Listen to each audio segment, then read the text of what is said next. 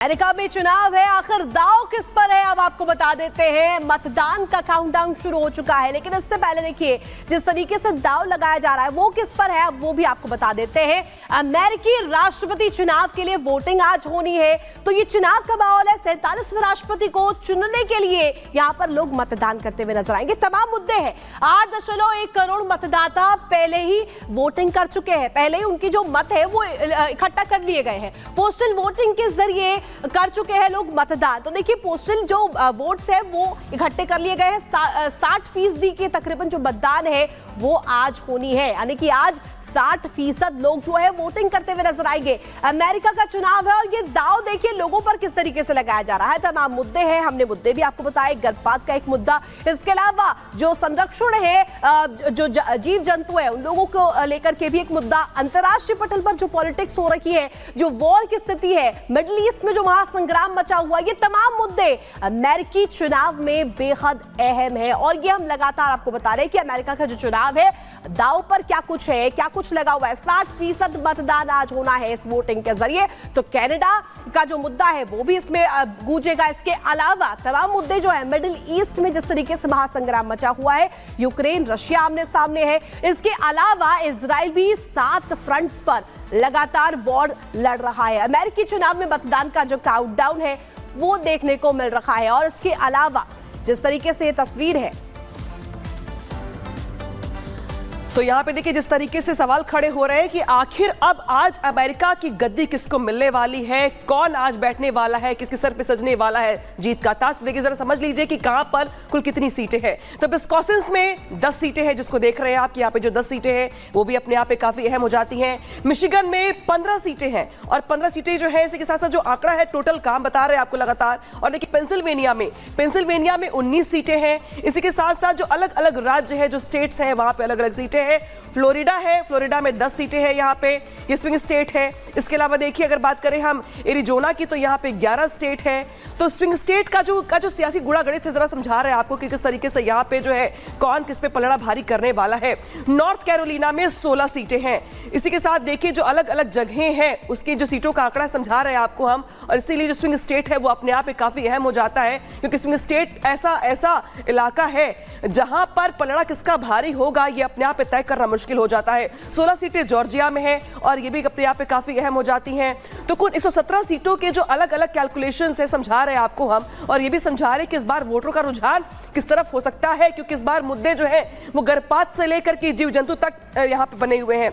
इसी के साथ साथ कई देशों में जिस तरीके से युद्ध के हालात चल रहे हैं, तो ये भी अपने आप में बड़ा मुद्दा है। तो कई अहम मुद्दों को लेकर के आज अमेरिका की जनता अपनी मुहर लगाने वाली है, वोट करने वाली है।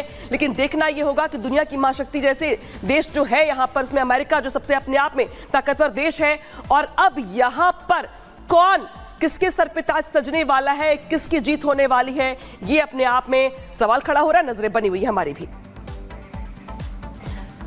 और अमेरिका में आज राष्ट्रपति चुनाव है और आज तय हो जाएगा कि अमेरिका नया बॉस अमेरिका का कौन बनेगा। लेकिन इसी के साथ ये तय हो जाएगा कि मिडिल ईस्ट में जारी तनाव कौन खत्म करने में सक्षम होगा, कमला हैरिस या फिर डोनाल्ड ट्रंप। इसका भी पता चल जाएगा आज। वैसे भी इसके पहले ट्रंप कई बार ये दावा कर चुके हैं कि वो यूक्रेन युद्ध रुकवा सकते हैं। आखिर ऐसी कौन सी रणनीति है ट्रंप के पास, इस रिपोर्ट के जरिए समझाते हैं आपको।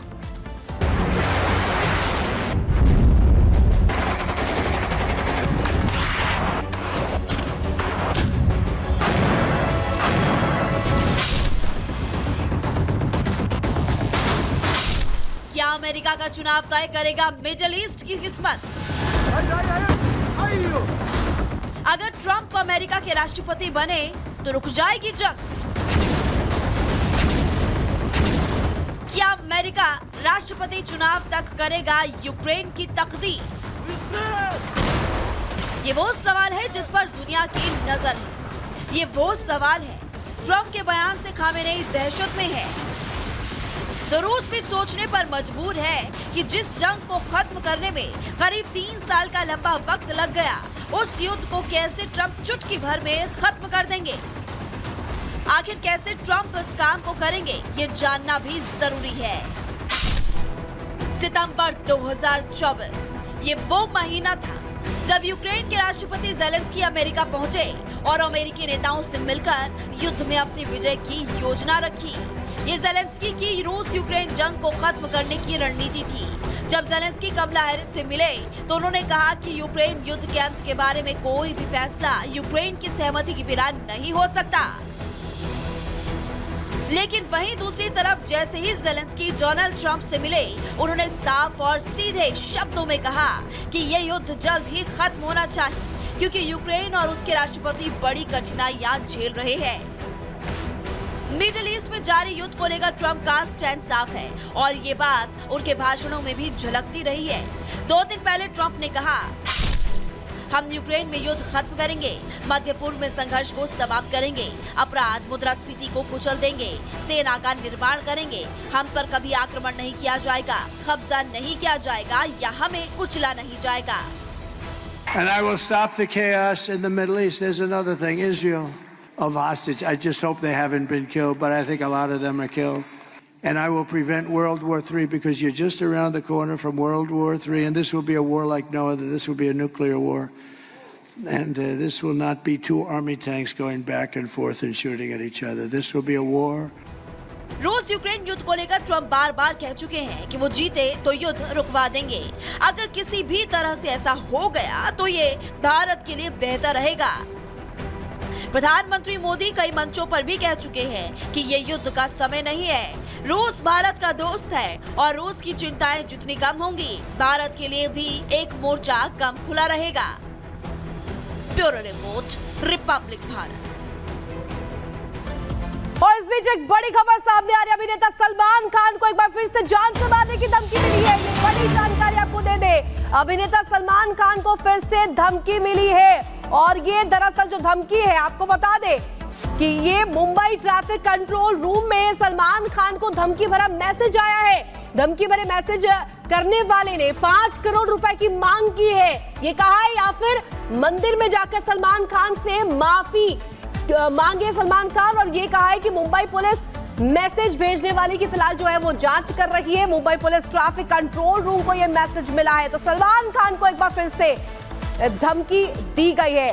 तो देखिए लगातार जिस तरीके से ये तस्वीर आपको दिखा रहे हैं, खबरों का सिलसिला लगातार जारी है। रुकेंगे बहुत छोटे से ब्रेक के लिए।